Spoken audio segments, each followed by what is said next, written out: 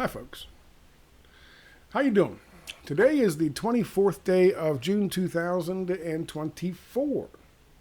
And it's late in the afternoon for me doing this. It's 5:30. And it's Gabby. Is she right behind me? Oh my God. Stealth Gabby. You just show up out of nowhere. Suddenly she's there. Wouldn't it be cool if I'm sitting here petting this cat, talking about Gabby, listening to her and sharing her with you, and there was just nothing here? Just fucking batshit crazy. I'm going to talk about batshit crazy. Where are you? What are you doing? Don't pee on nothing. She's going to pee on stuff. It's been a couple days since I made a video. I apologize for that. Stuff going on here, not feeling so well, then I'm feeling better, so it's... I'll tell you the truth, it's stupid. And so I'll tell you something to make myself look stupid. I don't know if I told you this before, but because of where I live and financial situation, when I got a lawnmower, I wanted to make sure I keep the lawnmower, and I don't want to put it outside because there's no place to lock it up. There's no there's no shed. So rather than getting a shed, everything seemed fine. I just kept it in my bedroom. Over time, I started noticing faint odor of gasoline, but I thought it was just because, I had used it recently. Then it became stronger and stronger, and eventually I came to realize that there was a leak in the lawnmower. I point this way now because now it's outside this window, where it should have been to start with, instead of in my bedroom. So I'm suffering brain damage from long-term exposure to gasoline fumes, I guess. But I'm feeling better now. And I say it was stupid because it was stupid for me to keep a goddamn lawnmower in my fucking bedroom. But I did. Because I'm stupid. I'll tell you another stupid story. This is good stream of consciousness stuff. Obviously what's going on with Gaza, we'll talk a little bit about that in a second. I was thinking about this person at the State Department, and I'm going to get into her in a second. I don't mean it that way. Stop. This thing, I have no idea who she is. It was a couple hours ago it was put up. She just had this thing talking about the Dagestan fucking attack, but she's not talking about the Dagestan attack in Russia. I'll talk about that extensively tomorrow. She's talking about what's going on with this new report out. I'll just show you. She's introduced by Matt Miller, State Department spokesperson, and she comes out to explain this new report from Anthony Blinken, Secretary of State, on a subject, I shit you not, as serious as human trafficking. Every year, the United States has to put up, for the last 3 years, to show everybody that we're not actually trafficking in humans ourselves. No. We're actually trying to stop people from trafficking in humans. And so, of course, they have this agency that goes out there and does what it does in terms of talking to leaders of other countries, I guess, to see how many slaves they want. I mean, how they're going to stop the human trafficking. And but she's talking about a very serious fucking subject. She's talking about human trafficking. What does that involve, Scott? Well, for one thing, it involves using refugees and migrants as weapons of war and bringing them in to target a population in a country and an economy and to crash it and then to cause all kinds of problems and distress and destabilization. Another part of human trafficking, the most commonly used, understood forms of human trafficking, are like cartels bringing people in, or like Chinese mob, whatever, bringing in people from China to work as cheap labor for various businesses in places like sweatshops in New York and places like that. That's one of the things that you're talking about when you're talking about human trafficking. Obviously, another is the sex trade, bringing in kidnapped girls and women to use them in the illegal sex trade, which is flourishing, by the way, even in the United States. And then lastly, another part of human trafficking would have to do with children, By the way, 21,000 missing kids in Gaza. It hasn't been that many fucking missing children in a fucking conflict since World War II. And this is in the space the size of fucking the Jersey Shore. 21,000 missing children. The number of 15,000 dead children in Gaza is going to go up considerably. Oh, look at that. Here's a study. Israel deliberately kills children. There you go, right there on the side. So this is what we're talking about. And children missing. All kinds of NGOs running around in Israel on the outskirts of fucking Gaza. Some of them are actually inside Gaza. What are they doing? Why are there so many fucking missing children? Well, she's got a very serious topic to discuss. The new latest report from the United States Secretary of State on the state of human trafficking all around the world. And this is how she comes out to deliver the information to the press corps.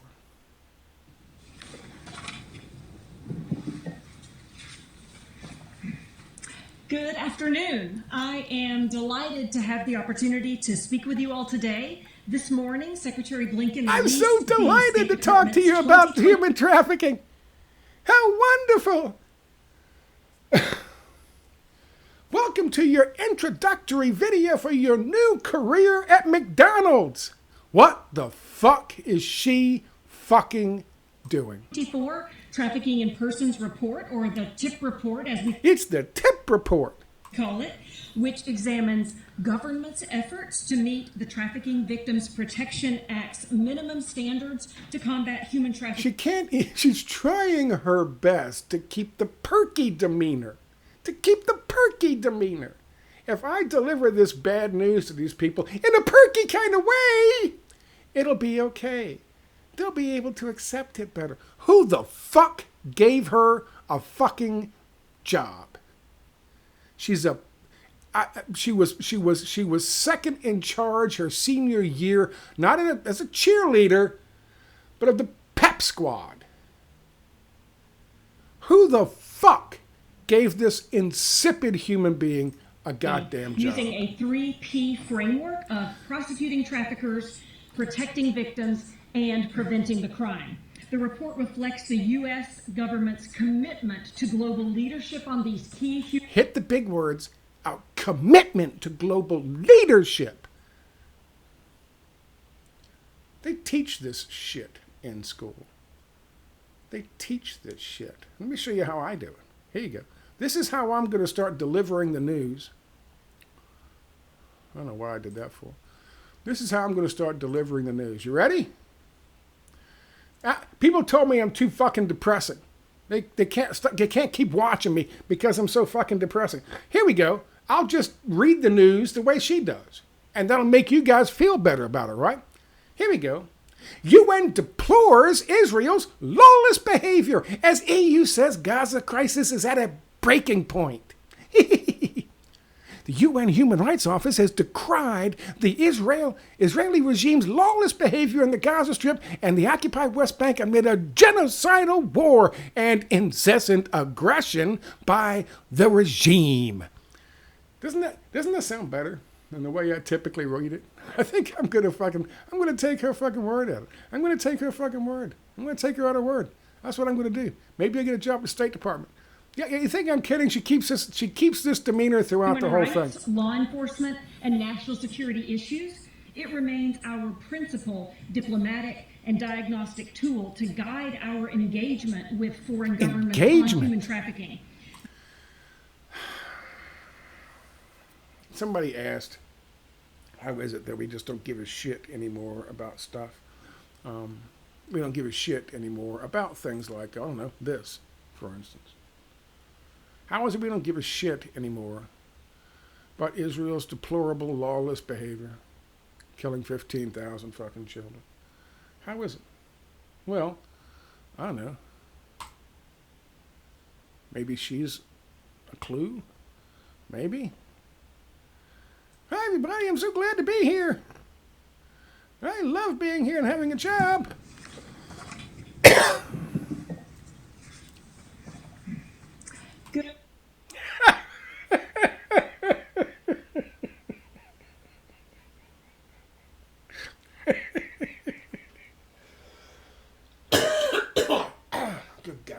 Okay, it's a report on human trafficking, bitch. God damn.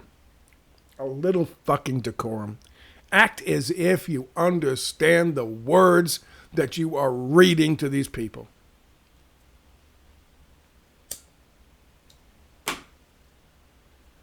You haven't got to be morose. You haven't got to have a fucking razor blade to your fucking throat or your wrist. I'll tell you a story. A long time ago, speaking of a razor blade to my throat or wrist, I found something today. I was looking for some shit, and I found I was looking for bungee cords to put the tarp and wrap the tarp up with the thing, and I found something. I found this, and I was like, "What the fuck? That's old. That's old." And I told you guys I wanted to be an actor. I wanted to be a stage actor. I didn't want to be a film actor. I was washing dishes. I'd gone to VCU, transferred to VCU after fucking up at James Madison, and then I fucked up at VCU. Well, I didn't really fuck up, but didn't have the right attitude. But I'm washing dishes at a place called Texas-Wisconsin Border Cafe. Thor got me a job. He was a chef. And so I was washing dishes there. One night, I noticed somebody as I'm going out to bus a table. It's a very busy place. Good food. It still exists. Really good chili. Really good chili. Anyway, so I'm walking past and someone goes, "Scott?" And I turn and look. It's Laura Brooks. Laura Brooks was a cheerleader. Not a pep squad, but a cheerleader. And she was fucking gorgeous. She was fucking beautiful. Absolutely out of my class. Absolutely out of my class. And we talked, and she asked me at some point, we're sitting there talking, I'm standing, she's sitting, and I'm smelling like dishwater and shit. I know I got to get back because pots are piling up. But I still want to talk to her. She goes, "Why didn't you ever ask me out?" I wasn't even in a class. And she asked me, "Why didn't you ask me out?" I mean, obviously I wasn't in her class socially, but I wasn't in her class. You know, she was drop dead gorgeous. Cheerleader, leader of the cheerleader squad. She was on SODA. Well, this is years after, obviously, but she was on SODA, Students Organized for Development of Attitudes, when I was, and used to talk to me all the time, and I would talk back and forth with her, and we would go back and forth. And there's a couple of us. We were sent off to help, young middle school kids stay off drugs. But, we're hand selected by faculty at the school. It's a big school, big graduating class. She was one of the people who was selected along with me. And I didn't realize. When she asked me why, and I told her, "Well, you'd never say yes." And she was like, "Why would you think that?" This is who told her she would never say yes. Now, yeah, that was me. And that is how little I thought of myself at the time. This is my piece of shit brother. Notice his little diamond stud earring and his hat turned around backward and his wannabe mullet he's developing. This was when he was in Virginia Beach at some point in time. And of course he's eating an oyster. Yeah, that's what I was. Why do I tell you that? Because I saw this person and I thought about this person and I started thinking about her being in the pep club, and then I realized she's definitely not a cheerleader, and then I remember that I saw that picture. And I guess my point is this. First of all, my hair hasn't changed much. Everything else did. My hair hasn't. But just so you guys know, that's what I was going to be. That's why I was going to be an actor, and that's why. And how little I thought of myself. I think the reason for that, to be honest, was my mother did a great job raising two boys pretty much on her own until the divorce, and then completely on her own after divorce. And then Derek flies off to go live in Hawaii, the dipshit, and I stay back. So I had no father figure and I had no older brother figure, starting at the age of about 11, 12. And so, of course, you know. But she did a very good job raising us and then raising me, I think, after that. The problem is you just don't have the awareness, self-awareness, I think, that you need as a young man growing up at that age with a father figure there and with an older brother there that could help you along the way. And that's what happened there. But I certainly wasn't a horrible looking guy to look at back in the day. So even still don't think I was attractive, but I certainly wasn't horrible looking. Don't know why I told you that story. I guess because I was thinking about it when I saw that fucking picture. Well, I saw that picture and then I thought about it when I saw this fucking insipid bitch. I was talking to BB about, again, a stream of consciousness video. You're just going to follow along or you're not. You're just along for the ride. We both are, kind of. Am I recording at all? Am I talking to nobody? Yeah, it's like my videos I make when I play my video games and I don't even post them. I just turn the recorder on, talk to nobody, and then I delete the video. It's awesome.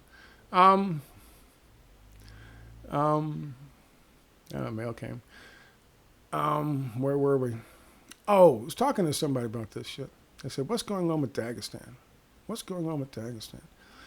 And the answer to the question is, don't know yet. But they're like, who are they trying to make look bad and this, that, and the other, and who are they trying to... And sometimes you have to understand, Gladio was all about destabilizing left-leaning fucking nations after World War II so they wouldn't get too close to the Soviet Union and further away from us and our glorious free market ideology. We wouldn't be able to, bring big business in, our businesses in, to help rebuild, and make money.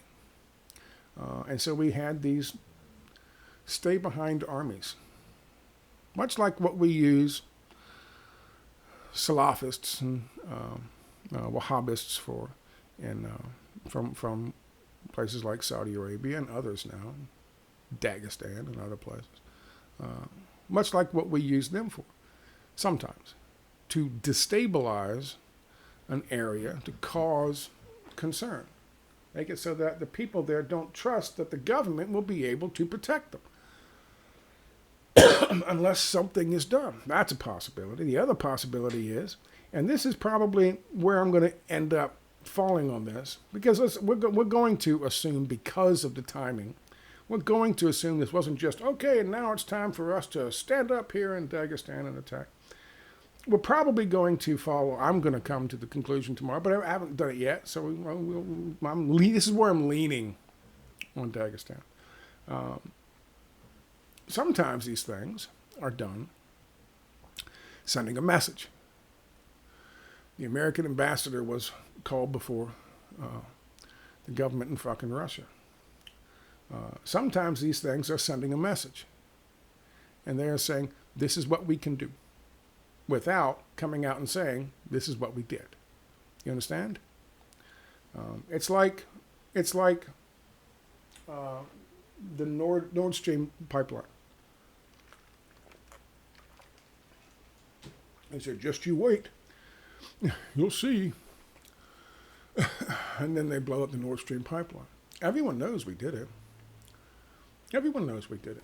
The threat, and you notice, Germany wasn't really as on board then, before the Nord Stream, as they were after the Nord Stream. We send messages. And sometimes, they're above board and everybody sees them. But sometimes they're way down here. And nobody can really accuse the United States and the CIA and the special forces or special operations, not special forces, special operations guy, of running fucking terrorists, even though the documentation is piled to the fucking ceiling in many, many rooms that we do. It's called irregular warfare and unconventional warfare. But leaders of other worlds understand, leaders of other countries understand that, other worlds, the aliens, leaders of other countries understand that. And they understand what happens, what's really behind this shit. Right after Putin signs a fucking mutual defense pact with North Korea, all of a sudden, after a couple of days of prep, out comes a fucking terrorist attack in Dagestan. To destabilize the country, to kill a bunch of fucking people, to cause fucking conflict inside the community, and to look at fucking Russia and say, we can keep doing this. You want to keep fucking with us? We can keep doing this. And this, of course, is exactly what Nord Stream pipeline was as well. It was a message. There was another one, another example. Oh, so that's Dagestan. Let's talk about what's going on. Somebody said something about Baby was talking about Zelensky and the neo-Nazis and the Nazis in Ukraine bombing a fucking beach in fucking Crimea. And she's like, how could that seem like a good idea? And we'll get to the Dagestan thing tomorrow, but that's where I come down on Dagestan. We're sending a message. We can destabilize your country. And you can't hold us to account, and you can't fucking launch any attacks. We'll do the little stabby, backstabby shit, and just you and I will know what's happening. That's some fucking mob shit, some cowardly mob shit. But that's how we fight. Big countries. Nord Stream, that's how we fight big countries like Germany. Germany leads the fucking EU.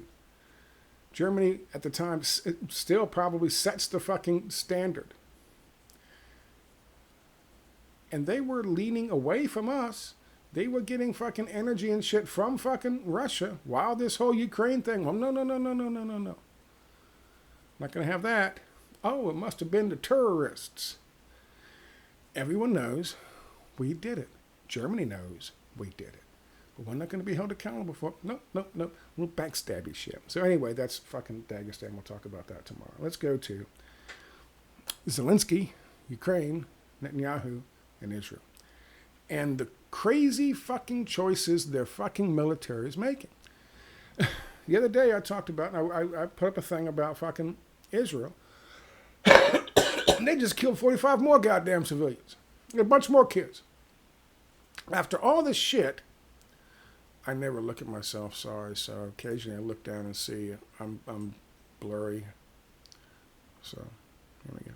After all this shit they got into, killing all those fucking 270 civilians, a bunch of kids, to get the 4 fucking hostages out, who, by the way, looked like they had been at a resort spa when they were released, as opposed to the fucking images and videos of people coming out of fucking Israeli detention to Palestinians like,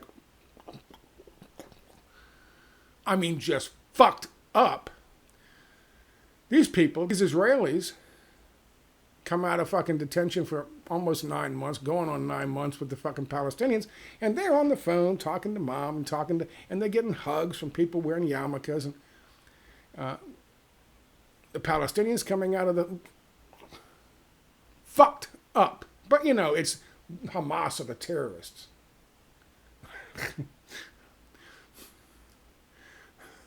Somehow or another, after all of the bad press they got, killing 270-some people, a bunch of them kids, they just bombed 4 days ago, 3 days ago, 2 days ago, bombed some more fucking kids in fucking Rafah. Intense. You're like, what the fuck are you doing? Zelensky, Ukraine. The United States gives them authority. You can go ahead and use our fucking long-range fucking missiles we give you. Go ahead and shoot some fucking military targets in Russia. Did they do that? No. Go ahead. Piss off Russia some more. Go on. Take the fucking missiles. Shoot him at fucking Putin's house. He'll win this thing. Get out there. Be somebody. They're telling fucking they just released the fact that they told the fucking Israelis, go on, man, get up into Lebanon. Get you some. Take a fucking bunch of tanks and invade Lebanon. Go be somebody. Do you remember what they told fucking Saddam Hussein back in 1991? Go on, man. Kuwait's got all that oil. Get up in there. Get you some. Go be somebody. And then as soon as they did, oh no, Saddam's got to go.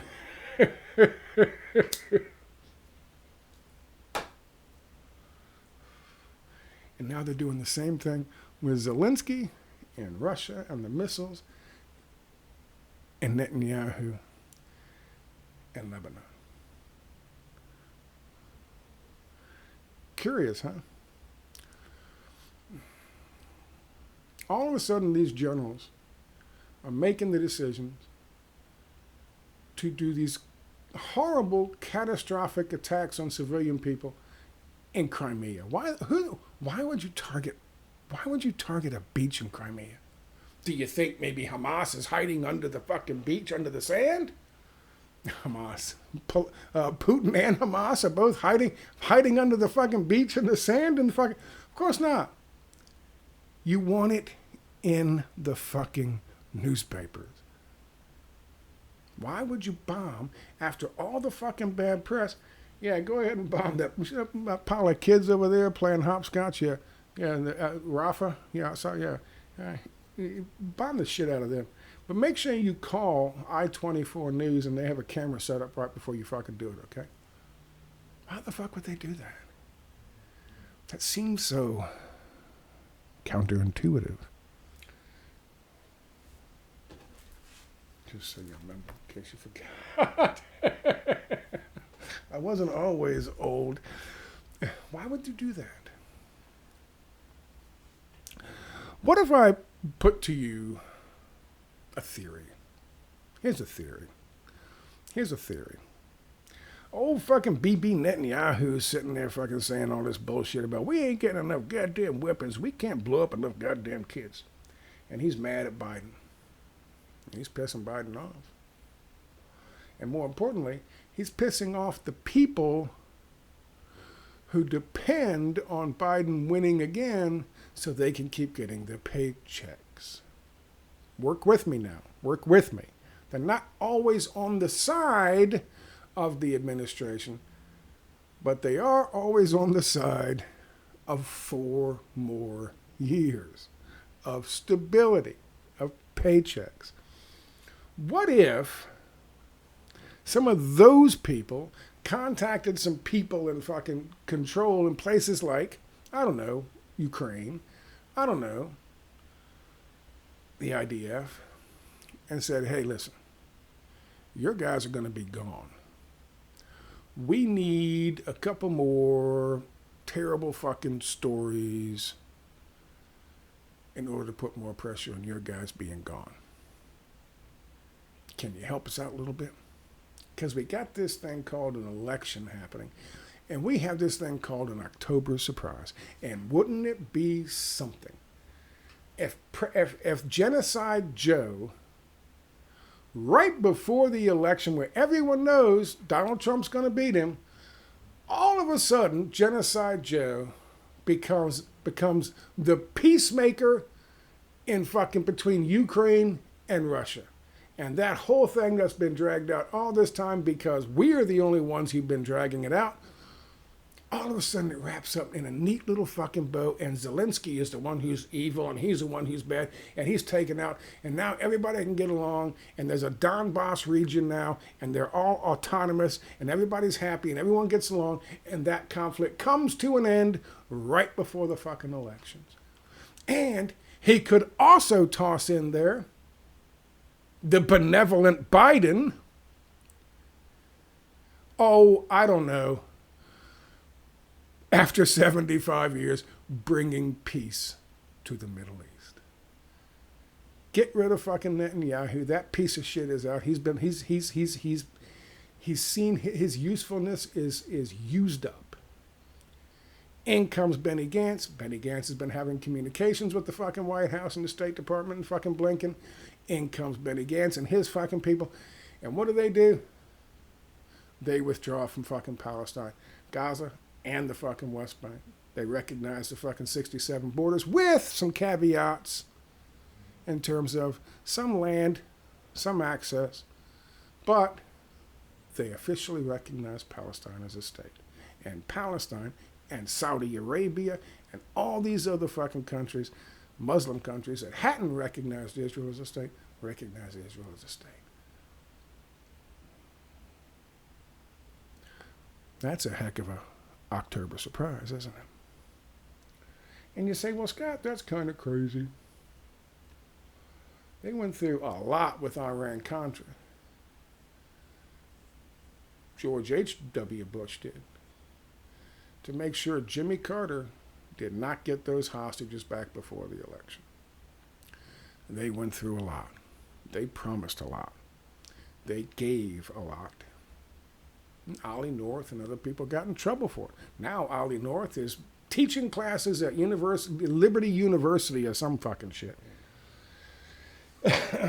This shit happens. This shit is real. It doesn't do anybody any good for it to end in May or March. But if it can end in July or September or October, even closer, then you can get that real fucking push. And you can get the lefties back on your side. And you're no longer fucking Genocide Joe. Now you're fucking Benevolent Biden. Peacemaker. And you can get a fucking fake goddamn Nobel Peace Prize like Barack Obama and throw it on your fucking neck the day before the election. Would that actually change anything? It might. Some of these fucking idiots in the alt-left might say, well, you know, he did this, he did that. Some of them might fall for it. But that's not what they need. They need a narrative. They don't care about the votes. They get as many of those as they want. They got electronic voting machines. They need a narrative. Why is it that the poll says Trump's going to win by 10 points, but Biden won by 3? Oh, I know. He brought an end to the fucking... He brought peace to the Middle East.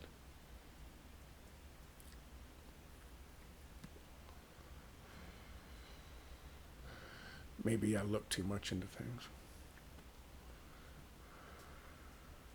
Maybe not enough. We'll see.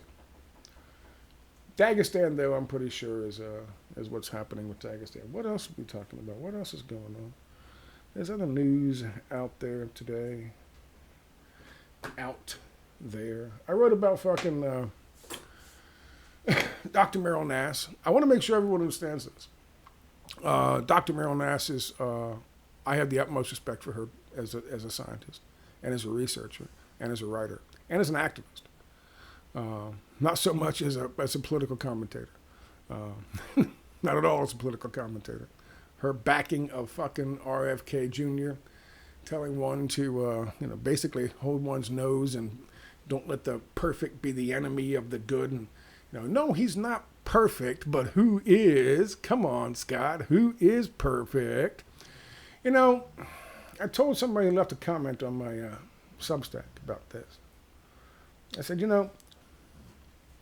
got two people, and they enter a fucking corporation at the same fucking time. And they have the same credentials, and they have the same background. They basically have the same fucking hair with the fucking product. Oh, God, Jesus.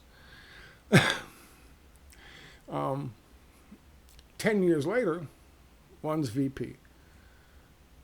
The other is still an assistant regional manager someplace, and he's living out of a suitcase. And they're hanging out talking one day, and they said, we started the same time, we had the same education, we did this, we did that, we had the same product.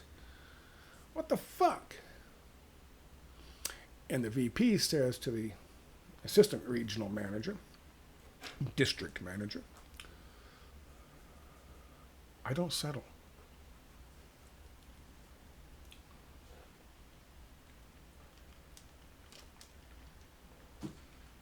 You get what you earn. If you keep settling for Zionists and liars and frauds and hucksters and silver spooners and charlatans, people who will, you say, you know, RFK Jr. says all these great things about all these social fucking issues. Agreed. He says he talks a great game. So did Barack Obama. So did Bill Clinton. What did they do? And you're like, well, Scott, there's no proof that he's going to fucking turn his back and sell us out. You don't think so? Go look up all that fucking important information and all those fucking reports that were published on the Children's Health Defense Network on his website from 2020 into 2023. Go look them up. They're still there? No.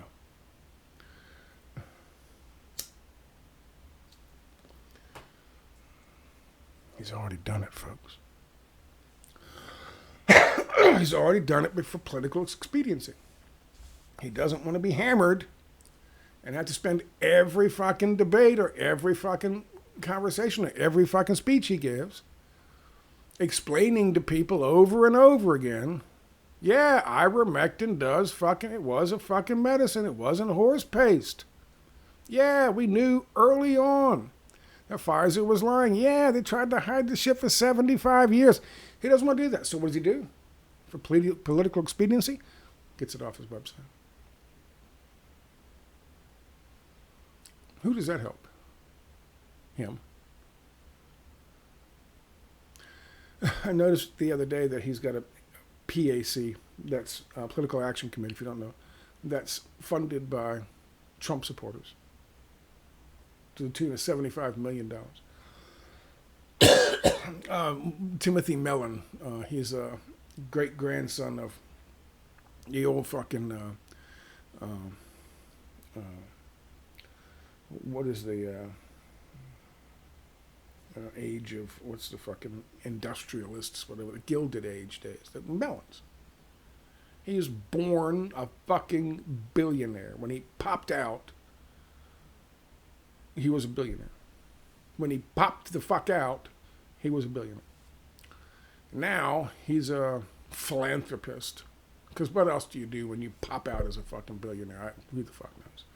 But so he's funding RFK Jr.'s campaign. Or he tried to fund his campaign, and then they said he couldn't give $5 million, so they gave $4,968,000 of it back or whatever the fuck. So he then pumped $25 million, and he was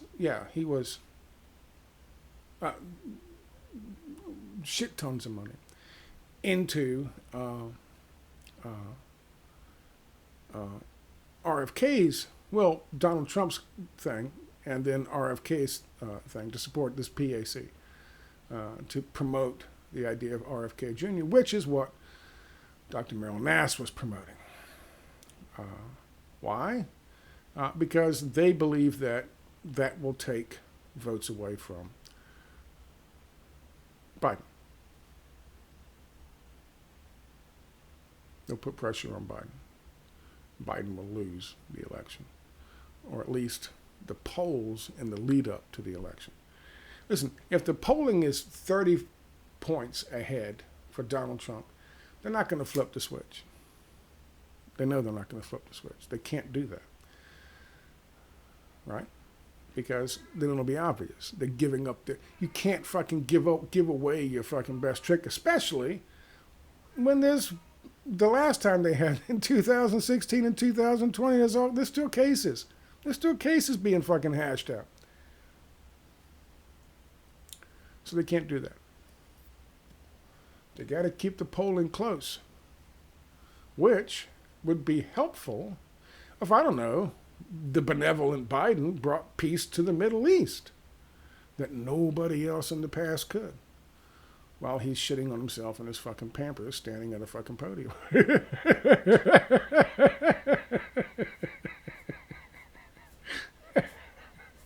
What a fucked up world. This is like Weekend at Bernie's. Weekend at Biden's. And they're just dragging him around with sunglasses on. They're telling you right now, they're already starting this. Biden's really going to be pumped up. I saw this headline. Biden is going to be pumped up for his debate on Thursday because he's really studying hard and working. Is that what's going to pump him up? Or the fucking overdose of Adderall they're going to give him right before he goes out on stage? Remember all that cocaine they found? There's a big fucking thing about finding cocaine in the White House. Gee, I wonder where that's going. What nose that's going up. It's a fucked up world we live in.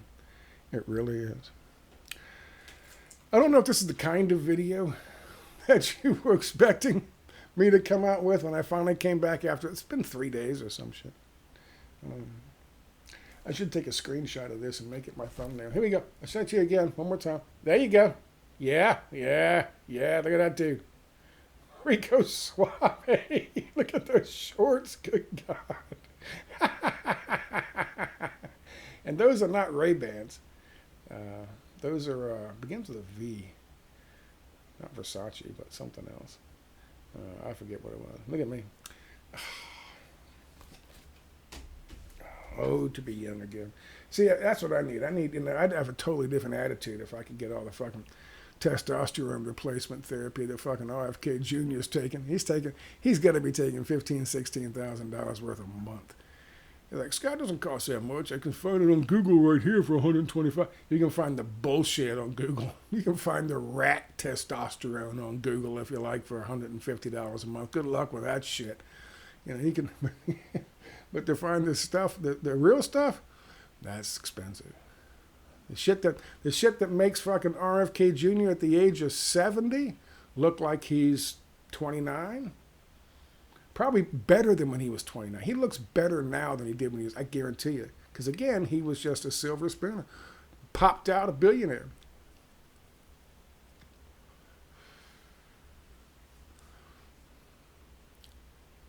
The fact that he would even allow a PAC to exist. We talked about the other day. You want to get rid of APAC? Get rid of PACs. Get rid of fucking, go back on the, what was that goddamn fucking case? What was that fucking case with the Hillary Clinton fucking PAC? What the fuck was that case? Citizens United. Repeal Citizens United. Repeal Citizens United. We'll start to get your country back. Till then, this is what we got. It's the best we got. But you just keep settling. You just settle your way to the assistant to the regional manager, then the assistant to the district manager, then the assistant of the fucking Broad Street manager. You just keep settling. What we have is we don't have a democracy, we have a strong fucking republic. If we can keep it. Apparently we can't. Anyway, so tomorrow we're going to look at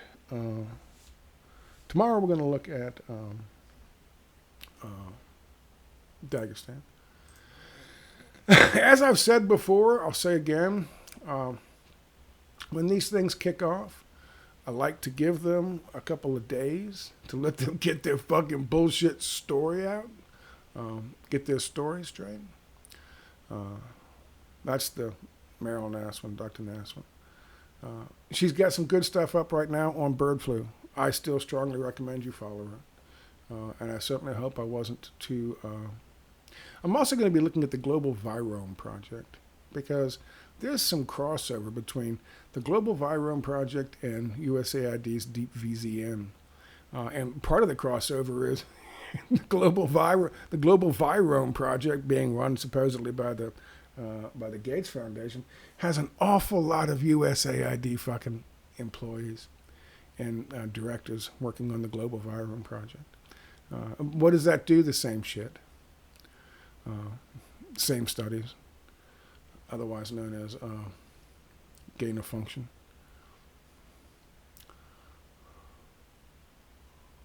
That's a good video right there, by the way. Metaphilia's video.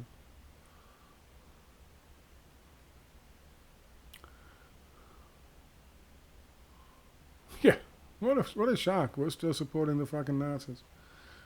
We support them in Israel, we support them in Ukraine. What the fuck? Hell, we got them in fucking Washington, D.C. Why not? Anyway, that's my video for you. I hope you got something out of it. I'm sorry it's been a couple of days, but like I said, I've been getting over, I guess, prolonged fucking gas inhalation poisoning like a fucking idiot.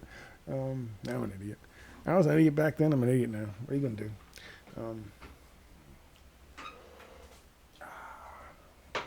Humility. She was. Laura Brooks, man. Damn, she was hot. I wonder what happened to her. Cool, socialite. Fucking just straight up fucking hot. Oh my God. What's that? Fast Times at Ridgemont High when the girl comes out of the fucking pool. You know, remember that scene? God damn. I'm not saying that now. I'm fucking 58 years old, but I saw Fast Times at Ridgemont High when it came out, and I was not 58 years old. But that's what Laura Brooks was back in those days. Sometimes you learn much later in life that you had an elevated view of yourself from what you actually were. Sometimes later in life you realize it was quite the opposite, much to your chagrin. Anyway, I will talk to you next time. I'll be doing a video tomorrow on Dagestan, and like I said, this was just a kind of a stream of consciousness thing. I hope you don't mind, and I will talk to you next time. And I promise I won't come out there like that fucking cheerleader for the State Department. God, she's a pep squad fucking chick from the State Department. Good God. What is wrong with us? How does someone like that advance? She speaks the fucking language. She sounds like somebody, a corporate